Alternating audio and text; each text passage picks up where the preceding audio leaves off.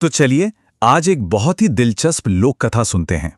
कहानी है एक आलसी किसान की और एक सुनहरे रहस्य की। ये वो कहानी है जो मोटिवेशन और आप कह सकते हैं दौलत के असली मतलब पर सोचने को मजबूर कर देती है। तो आइए इस कहानी के पन्ने पलटते हैं। दौलत का राज, और वो भी एक आलसी किसान के पास। सुनने में ये दोनों बातें एक साथ थोड़ी अजीब लगती हैं, है ना? पर यकीन मानिए, हमारी कहानी का केंद्र यही है। ये एक ऐसा विरोधाभास है, एक ऐसा कॉन्ट्रास्ट जो हमें मेहनत की असली कीमत के बारे में कुछ नया सिखाने वाला है। तो ये है गोविंद की कहानी। अब गोविंद एक ऐसा किसान था जिसके पास देखा जाए तो सब कुछ था।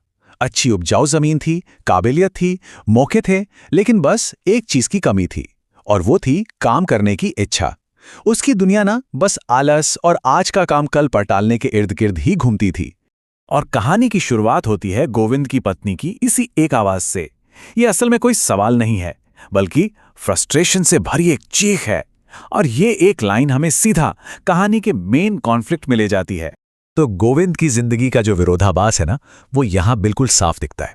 सोचिए, एक तरफ तो उसके पास 3 एकड़ की उपजाऊ जमीन है और वो खुद एक काबिल किसान है। वहीं दूसरी तरफ हकीकत यह है कि वो इन मौकों को बस सोने में गंवा रहा है। मतलब उसकी काबिलियत और उसकी हकीकत के बीच एक बहुत गहरी खाई बन चुकी है। और बस एक दिन पत्नी के सब्र का बांध टूट गया। उसने ये आखिरी चेतावनी दे डाली। अब इस धमकी से गोविंद घर से बाहर तो निकल गया, लेकिन उसका दिल अभी भी काम में नहीं था। ये बस एक बाहरी धक्का था, आप समझ रहे हैं ना? जो असली अंदरूनी प्रेरणा होती है, वो अभी भी कहीं गुम थी। और बस यहीं से कहानी में एक नया मोड़ आता है। देखिए, जब कोई इंसान अंदर से प्रेरित नहीं होता ना, तो कभी-कभी कोई बाहरी ताकत उसे एक नई दिशा दे जाती है। ये सवाल अपने आप में बहुत बड़ा है ना? किसी ऐसे को कैसे प्रेरित करें जिसमें प्रेरणा ही ना हो? हमारी कहानी में इसका जवाब एक बूढ़ी औरत के रूप में सामने आता है, जो गोविंद के इस पक्के आलस का एक बड़ा ही अनोखा समाधान लेकर आती है। और ये सौदा गोविंद की कल्पना में तुरंत घर कर गया। देखिए, ये सिर्फ काम करने का आदेश नहीं था, बल्कि एक ठोस चमकीले इनाम का वादा था। सोना! हर एकड़ पर फसल का एक पौधा शुद्ध ठोस सोने का होगा। और इतना ही नहीं, अगले सीजन में तो इनाम दुगना हो जाएगा। अब बताइए, ये एक ऐसा प्रस्ताव था जिसे वो अनदेखा कर ही नहीं सकता था। और गोविंद का जवाब देखिए। इससे एकदम साफ हो जाता है कि उसका दिमाग कैसे काम करता है। सोने का वादा सुनते ही उसकी पहली सोच ये नहीं है कि मेहनत का क्या फल मिलेगा, बल्कि ये है कि उसके बाद उसे कितना सोने को मिलेगा। मतलब उसकी प्रेरणा अभी भी उसके आलस से ही जुड़ी हुई थी। पर वजह चाहे जो भी हो, सोने के इस वादे ने गोविंद के अंदर एक चिंगारी तो जला ही दी। और अचानक उसमें एक ऐसा बदलाव आया जिसकी किसी ने उम्मीद भी नहीं की थी। वो किसान जो कभी बिस्तर से उठता नहीं था, अब सूरज उगने से भी पहले अपने खेतों में जाने को तैयार था। और देखिए, ये रास्ता बिल्कुल भी आसान नहीं था। जमीन जोतने से लेकर बीज बोने, फिर फसल की रखवाली करने और निराई सिंचाई तक हर कदम पर बेहिसाब मेहनत लगी। गोविंद और उसकी पत्नी ने अपना सब कुछ झोंक दिया, बस उस एक सुनहरे इनाम की उम्मीद में।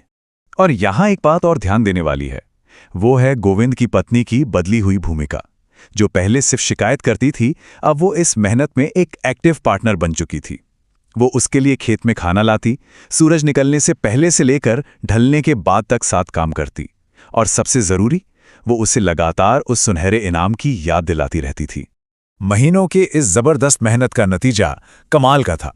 जब फसलें लहलहा उठीं, तो सुबह की धूप में पूरा का पूरा खेत सचमुच सोने की तरह चमक रहा था। ये एक शानदार नजारा था, और शायद अनजाने में ही ये उस सोने की फसल का इशारा भी था जिसका उनसे वादा किया गया था। तो अब वो उस पल के करीब आ चुके थे जिसका उन्हें बहुत बेसब्री से इंतजार था। फसल कटाई का समय। अब सवाल ये था कि क्या उन्हें वो सोना मिलेगा जिसका उनसे वादा किया गया था? चलिए पता करते हैं। और यहीं पर कहानी एक और मोड़ लेती है। इतनी जीतोड़ मेहनत के बाद जब उन्होंने पूरी फसल को छान मारा, तो उन्हें एक भी सोने का पौधा नहीं मिला। जरा उनकी निराशा के बारे में सोचिए। सारा काम, सारी उम्मीदें, क्या सब व्यर्थ चला गया? ठीक उसी निराशा भरे पल में एक व्यापारी मोहित शर्मा वहां पहुंचता है, और वो गोविंद की असाधारण फसल की क्वालिटी और उसकी मात्रा देखकर हैरान रह जाता है। ये पहला संकेत था कि उनकी मेहनत बेकार नहीं गई थी। और तब सामने आता है असली खजाना। उस व्यापारी ने उन्हें इतनी बड़ी रकम दी जो सोने के उन 3 पौधों की कीमत से भी कहीं ज्यादा थी जिनका वो इंतजार कर रहे थे। उनका असली खजाना कोई धातु नहीं बल्कि उनकी अपनी मेहनत का फल था। और ये कहानी का सबसे जरूरी हिस्सा है, वो पल जब गोविंद और उसकी पत्नी को एक गहरी सच्चाई का एहसास होता है। ये सबक सिर्फ पैसा कमाने के बारे में नहीं था, बल्कि दौलत असल में होती क्या है, उसकी प्रकृति को समझने के बारे में था। ये शब्द गोविंद की पत्नी के हैं और ये उस पल को दिखाते हैं जब उसे सब कुछ बिल्कुल साफ समझ में आ गया कि बूढ़ी औरत का वादा कोई धोखा नहीं था, वो तो एक रूपक था, एक मेटाफर। असली सोना तो उनकी मेहनत से उगी फसल ही थी। और कहानी का सार, इसका निचोड़ यही है कि असली खजाना कहीं पड़ा हुआ नहीं मिलता, उसे उगाया जाता है। ये मेहनत, लगन और कोशिशों से पैदा होता है, ठीक वैसे ही जैसे गोविंद ने अपनी फसल को उगाया था। दौलत एक नतीजा है, कोई जादुई खोज नहीं। तो आखिर में गोविंद और उसकी पत्नी ने ये सबक सीखा।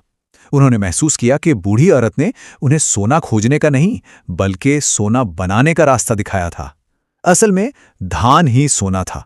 दौलत अपनी ही मेहनत का नतीजा होती है और कड़ी मेहनत अपना इनाम खुद बना लेती है। और ये कहानी हमें इसी एक सवाल के साथ छोड़ जाती है। हम सभी के पास अपनी काबिलियत और अपने मौकों का एक खेत होता है। तो सोचने वाली बात यह है कि उस खेत में कौन सा सोना उगने का इंतजार कर रहा है।